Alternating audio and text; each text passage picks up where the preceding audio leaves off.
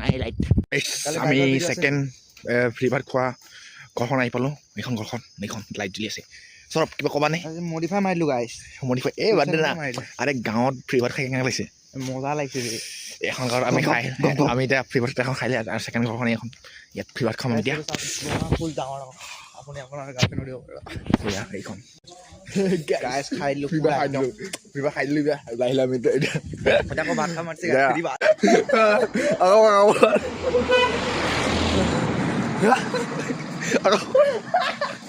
अब कौन आ